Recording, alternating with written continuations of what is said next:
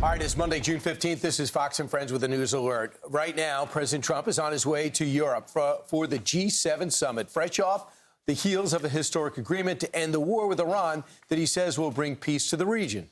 So the commander-in-chief is telling ships that have been stuck in the Strait of Hormuz to start their engines, calling for oil to start flowing again, sending stocks soaring. And we have team coverage for you this morning. We have Aisha Hasni. She is live in Geneva, Switzerland, with how this will impact the G7 summit. But first, we're going to start with Trey Yingst. He is live in Israel with the latest on this historic peace deal. Trey.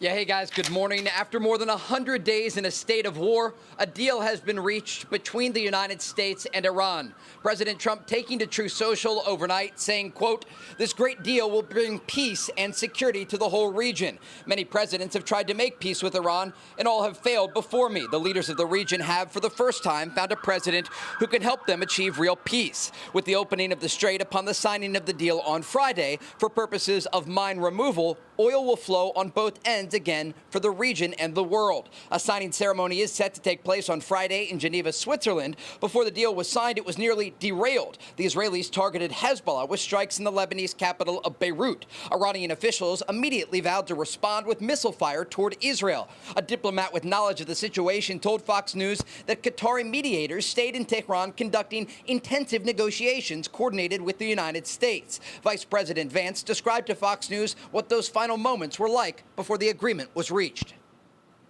Could you take us behind the scenes of what that moment was like leading up to this deal actually being signed? After the Israelis struck Beirut, we were very worried, and we saw a lot of evidence that the Iranians were going to launch a large number of missiles at the Israelis. With our communication with them over the course of getting to this signed peace deal, they assured us that they were not going to respond to the Israelis, and they were going to sign this agreement and get to peace. Now, of course, you always have to verify these things, Trey, and we know that there are a lot of people in the Middle East who do not want to make this deal happen. I spoke with President Trump before the deal was reached, and he was optimistic about what this agreement means for the region. The president also got directly involved to ensure that the Iranians didn't launch missiles at Israel and derail the deal. Guys? Hey, Trey, the problem is the IRGC had Bahidi. He is now in charge, the 67-year-old guy who we already have sanctions on. And this is the guy that evidently is pushing back against the foreign minister and others who are negotiating with us. So we're trying to get a deal with Iran who's not trustworthy. And within Iran, they have disagreements on what to do, right?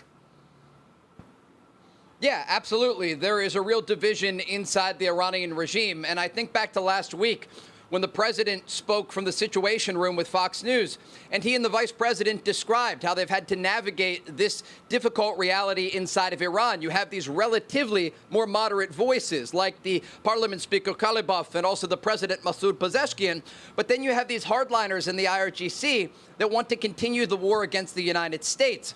And it's important to remember here, not only during Operation Epic Fury was the Iranian military decimated, those production lines that give those individuals in the IRGC the ability to restock their missile and drone supply were also destroyed.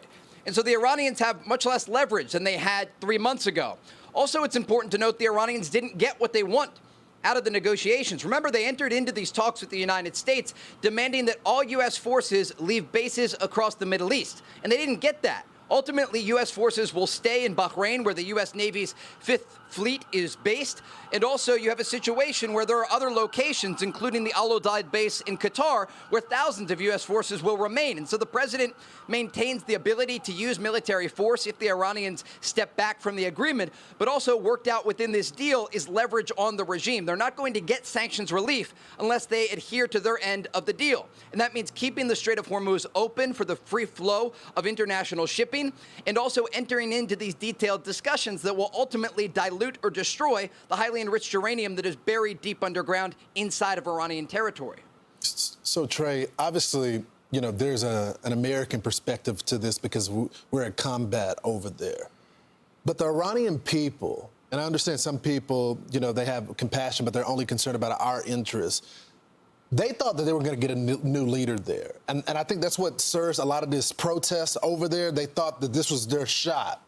It looks like if this deal happens, then it's going to be the status quo, at least regarding the Iranian people.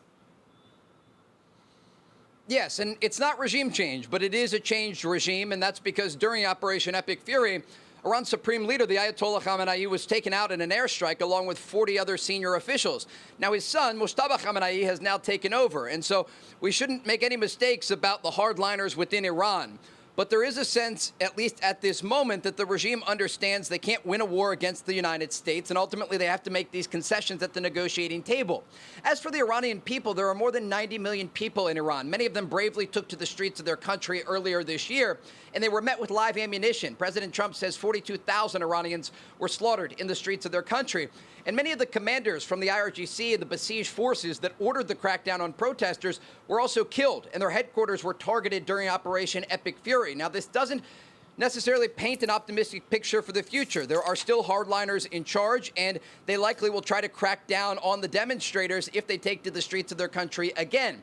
But again, President Trump maintains the ability to have leverage over the regime, both militarily and economically. So if the Iranians change their behavior and go back to their old ways, threatening their people and also U.S. forces or allies across the Middle East, they're not going to get that sanctions relief that they desperately want. All right, Trey, thank you so much. We talked to a senior White House official on Friday who said all the enriched uranium will be destroyed and taken out of the country. And we asked, are you confident that you know where it all is? And this senior White House official said yes.